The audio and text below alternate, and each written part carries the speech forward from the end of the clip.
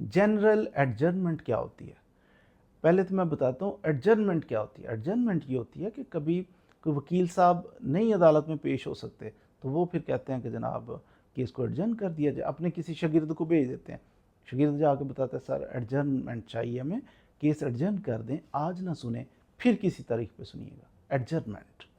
General adjournment ये होती है, कोई वकील साहब हैं तो वो कुछ अरसे के लिए गायब हो जाते हैं, कोई भी वजह हो सकती है, मसलन वकील साहब की शादी है, वो 2-4 दिन के लिए गायब होना चाह रहे हैं, या वकील साहब खुदा न खासा बीमार हो गए, कोई सीरियस उनका कोई ऑपरेशन है, 7 दिन के लिए 2 हफ्ते के लिए गायब हो रहे हैं, हज करने चले गए हैं वकील साहब, कोई ऐसा कि वो अवेलेबल नहीं है कुछ दिनों के लिए, फिर वकील साहब एक जनरल एडजर्नमेंट की दरख्वास्त देते हैं, वो फिर अप्रूव हो जाती है। अप्रूव करवाने के बाद वो सारे केसेस के अंदर दे दी जाती है कि वकील साहब अवेलेबल ही नहीं है। ये नहीं है कि एक केस में अवेलेबल, सारे केसेस में कुछ दिनों के लिए अवेलेबल है।